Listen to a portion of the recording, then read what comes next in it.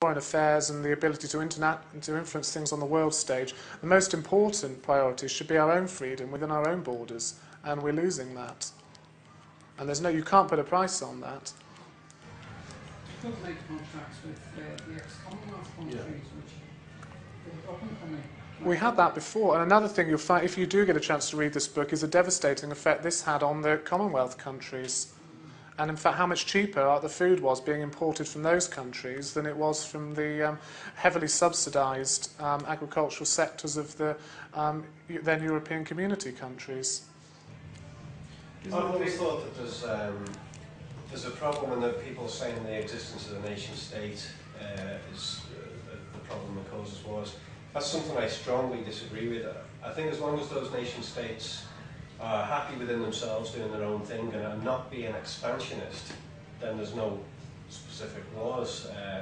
But from what I can see throughout history, most of the wars is when there's individual nation states that want to take over others. That's the cause of wars. And that's what the European Union is doing, is it's trying to take over various states, but it's doing it through propaganda and finance rather than direct military action. Well, how long will it last before they do start taking military action against specific countries? For example, the Zbigniew Brzezinski, the Grand Chessboard, the American Foreign Policy Advisor, he talks about, in 1997, he was talking about the possibility or the desire of the American establishment to promote a German-led European Union that could be used as a second fiddle global superpower to fight an re-emerging Russia or an increasingly strong China.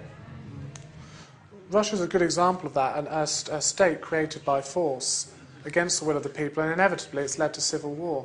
So you're absolutely right, it won't, it'll decrease more. Remember, the prevention of wars wasn't the real reason or the motivation, it was the pretext. You have to remember that. And of course you ought to remember why the majority of wars were fought. They were fought for freedom.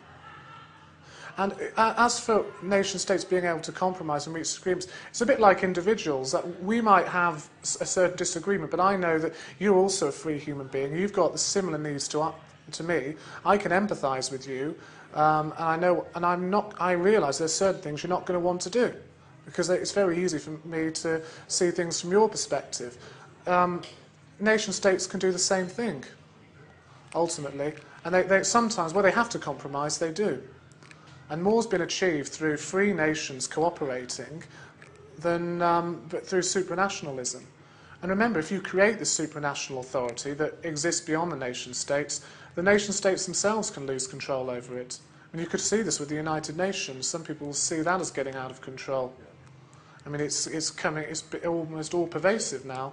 It's telling us, for example, whether we should teach sex education in children's schools. Now, how that's an international issue, I don't know, but UNESCO have decided that they should get involved in what children are taught. I think if China gets too big, I think economy-wise, I think she's going to beat America. Well, that's a possibility. All these countries now which have no technology years ago got this technology to create, weapons. That's Martin Mullen as well. What will happen when we join?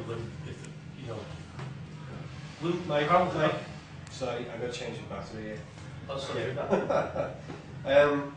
lot of content there. Yeah, it's It doesn't matter, you can just pick it up off this one. Just do one question. We've got to get out to that. If we join the common market, yeah. it looks like we're going to. We're not going to have it, I think we don't have a referendum. Will we have to resort to arms to get out of it? You're talking about the common market, are you talking about the euro currency, you mean? Yeah. I hope not, because I think the majority of people are against it, and I very much hope not. And I think all we need to do is keep pressing the government to hold a referendum.